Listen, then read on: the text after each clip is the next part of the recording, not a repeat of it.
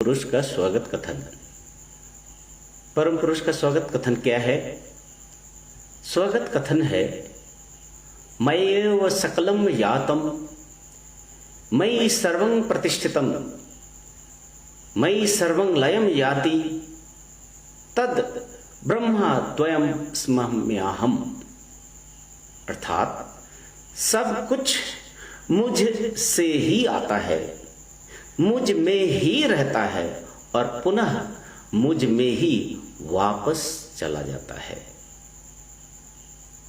मय्येव सकलम जातम, सब कुछ मुझसे ही आता है। अर्थात परम पुरुष ने मन ही मन इच्छा की कि कुछ बनाया जाए, किंवा मेरे विचारों का प्रक्षेपण हो, मेरे अभ्यंतरीण मानस में ही विचारों का प्रक्षेपण हो और विश्व का निर्माण हो। विश्व का निर्माण इसी प्रकार हुआ। उन्होंने इच्छा की कि किंतु क्यों इच्छा की? दार्शनिक उसका उत्तर देने में असफल हो जाते हैं। उन्होंने ऐसा किया क्योंकि वे विश्व का निर्माण करेंगे। कौन उनको जान सकता है? कौन उनका उद्देश्य जान सकता है कि उन्होंने विश्व का निर्माण क्यों किया? किंतु उन्होंने निर्माण किया। दार्शनिकों को यह ज्ञात नहीं है कि उनके मन में विश्व निर्माण के भाव क्यों आए। कुछ दिनों पहले मैंने तुम्हें बताया था कि जहां दार्शनिक विफल हो जाते हैं, भक्तगण सफल हो जाते हैं। यहां दार्शनिक इस प्रश्न का संतोषजनक उत्तर देने में असफल हो जाते हैं। न केवल इतना ही, बल्कि वे स्वयं को भी संतोषजनक उत्तर देने में विफल हो जाते हैं।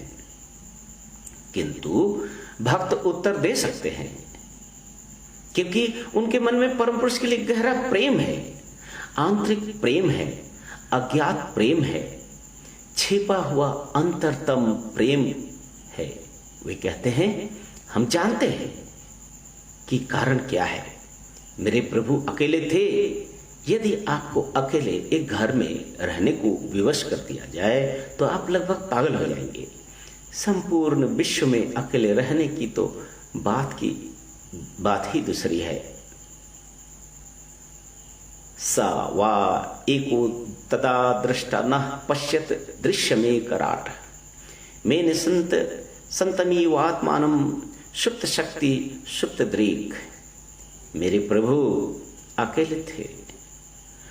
उनमें देखने की, सुनने की, सूंघने की, बोलने की कुछ भी और कुछ करने की क्षमता थी, किंतु कोई दूसरी सत्ता नहीं थी जिससे वे बोलते, जिससे वे प्रेम करते, जिससे बताते, जिसे ये कहते हुए दंड देते कि मेरे पुत्र तुमने गलती क्यों की? क्या तुम दंड के उपयुक्त नहीं हो? तुम्हें दंड मिलना चाहिए। उस समय वे किसी को दंड नहीं दे सकते थे, क्योंकि तब वहां कोई और था ही नहीं। क्योंकि उनके परे कुछ था ही नहीं, उनके बाहर भी नहीं। अतः वे किसी दूसरे को प्रेम करने के लिए या दंड देने के लिए पा ही नहीं सकते थे। मैंने घृणा शब्द का प्रयोग नहीं किया, क्योंकि वे घृणा करना जानते ही नहीं हैं। वे दो कार्य नहीं कर सकते। वे यह नहीं जानते कि घृणा कैसे की जाती है, और वे ये भी नहीं जानते कि दूसरा परम पुरुष कैसे बनाया जाए। वे हमेशा एकल सत्ता के रूप में रहते हैं। अतः उन्हें अपने मन में ही अपने विचारों को आभ्यंतरिक प्रक्षेपण के रूप में सृष्टि करनी पड़ी। इसलिए उनका स्वागत कथन है, मय्येव सकलम याता, मयि सर्वं प्रतिष्ठितम। सृष्टि के बाद उन्हें सृष्टि की देख रेख भी करनी होगी। और कौन है जो ये करता या इसका उत्तरदायित्व लेता? क्योंकि दूसरा कोई और संरक्षक नहीं थे जो सृष्टि की देख रेख करता अतः अपनी सृष्टि की देखरेख उन्हें स्वयं करनी पड़ती है। सृष्टि की देखरेख का उत्तरदायित्व भी उन्हीं को और मात्र उन्हीं को संभालना पड़ा। मई सर्वं लयम याति, तुम तो जानते हो कि सब कुछ चलायमान है। ये विश्व ब्रह्मांड एक चलता हुआ खेल है, एक चलमान सत्य है, त्वरित परिवर्तनीय अलग है। चूंकि विचार प्रवाह चलायमान है, अतः यह विश्व भी चलायमान है, सब कुछ ही चल रहा है। संस्कृत में विश्व संसार संश्री युक्त घय प्रत्यय करके कहा गया है, बना है ये शब्द, जिसका अर्थ होता है चलना, जिसका स्वभाव है। यह विश्व जगत भी कहा जाता है गम जोड़ क्विप प्रत्यय करके, अर्थात अतः चूंकि विचार चलते रहते हैं, अतः सब कुछ चल रहा है। ये विचार तरंगे संकुच विकासशील सिस्टलिक क्रम में स्पंदनात्मक गति से चलती है। चलने के बाद यह सृष्टि प्राणी कहाँ जाए, अंततः उन्हें मिल जाना पड़ता है, उन्हें वापस उसी प्रारंभ बिंदु में लौट जाना पड़ता है, और वही होता है उनका अंत बिंदु।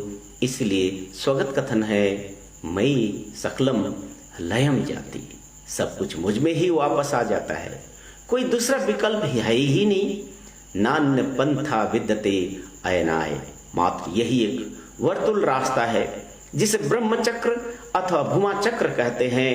तत् ब्रह्म द्वयमस्म्याहम, ये मेरा अपना है, ये मेरे अपने हैं। मैं अपनी सृष्टि, स्थिति, पालन पोषण और अंततः सब कुछ को अपने वापस ले लेने के कर्तव्य में लगा हूं। यह मेरा कर्तव्य है, और इस कर्तव्य के कारण ही मैं ब्रह्म के नाम से जानता हूं। मैं एकल तत्व हूं, दो ब्रह्म नहीं हो सकते, दो परम पुरुष नहीं हो सकते, मेरी बस दो अपूर्णताएं हैं। प्रथम तो मैं दो परम पुरुष नहीं बना सकता। जो मुझसे प्रेम करते हैं वो मुझसे मिलकर एकाकार हो जाते हैं, वे अपना अलग व्यक्तित्व नहीं रखते, इसीलिए मैं सदा अकेला एकल तत्व रह जाता हूं। दूसरी बात यह है कि चूंकि हर चीज मेरी सृष्टि है, अतः ये सब कुछ मेरी संतान है, मेरे बालक बालिकाएं हैं, इसलिए मैं किसी भी चीज से घृणा नहीं कर सकता। मैं सृष्टि, स्थिति और संहार के कार्य में व्यस्त रहता हूं, और मेरे लिए विश्राम करने का समय नहीं है। पटना 12 सितंबर 1978। So my dear brothers and sisters, in this topic what Baba says is that Brahma has manifested this universe by his will itself. So he is the creator, he is the sustainer, and he is the destroyer too. Many people, as Baba has just now he said that I cannot do two things. Means the Supreme Brahma, the Supreme Father, he cannot do two things. Two things is beyond his capacity. What is that? He cannot make another Brahma like him. He cannot create another Brahma like him. So it is one of his weakness. This thing is beyond of his capacity. And the second is, he cannot hate anyone. He cannot neglect or ignore anyone, because each and every flora and fauna, each and every molecule of this universe is created by him. So whatever is created by him cannot be hated by him. He cannot hate anything. So these two things cannot be done by the Supreme Brahma himself. This is his weakness, he says. And the third thing, you see, in this world, people of different faith, they say different thing about the Supreme God or Ishvara or Brahma. But the thing is, Brahma himself manifested himself in this universe. Because the entire universe is his mental projection, psychic projection, and he is the progenitor. This world is called in Sanskrit Sansara. Sansara means sansriyate tirthe sansara. The thing which is ever flowing, ever changing phenomena. So nothing is stable or permanent here.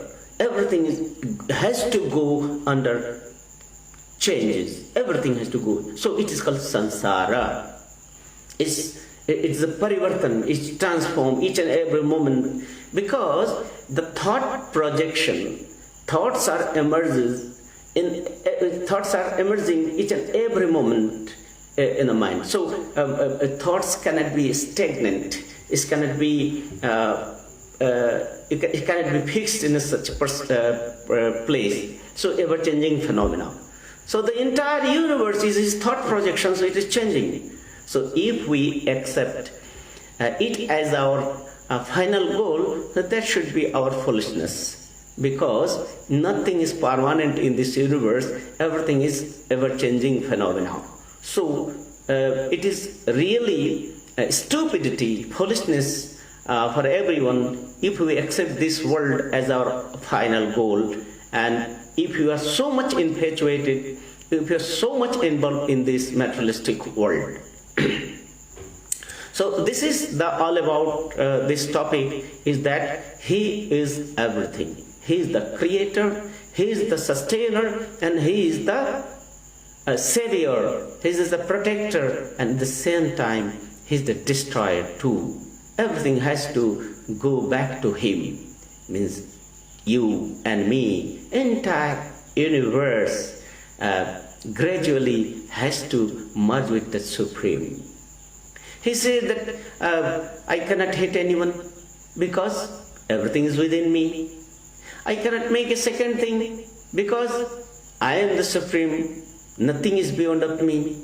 So this is the thing. The Lord, just for his lila. Lila means a kind of display. He plays. The Qazi Nazrul Islam, a great poet, he said, Taro karo vishwashi khalo na tabo. Entire cosmology, the galaxy, meteors, planets, all are his stuff of play. They all are, someone is cricket, some football, some is different type of, he plays with that all. So he enjoys playing with his children. He enjoys with his creation, because he was alone before creation, and he has created himself for his own Leela. So he is Leeladhish, he is Leelamay, he is displaying. Only we have to make ourselves, or we have to make our mind or our thoughts adjusted with his thoughts. Once we adjust our thoughts, channelize our thoughts, our desire, our mental pursuits in his flow, then things will come true, means our desires will be fulfilled. That is what Baba said, means we have to merge ourselves with his mental flow, in his rasa vaisaha, means we have to merge with his flow, the flow of love, flow of devotion. Then alone we can enjoy his blessing. We can finally get a permanent shelter on his beloved lap, blissful lap. Thank you very much.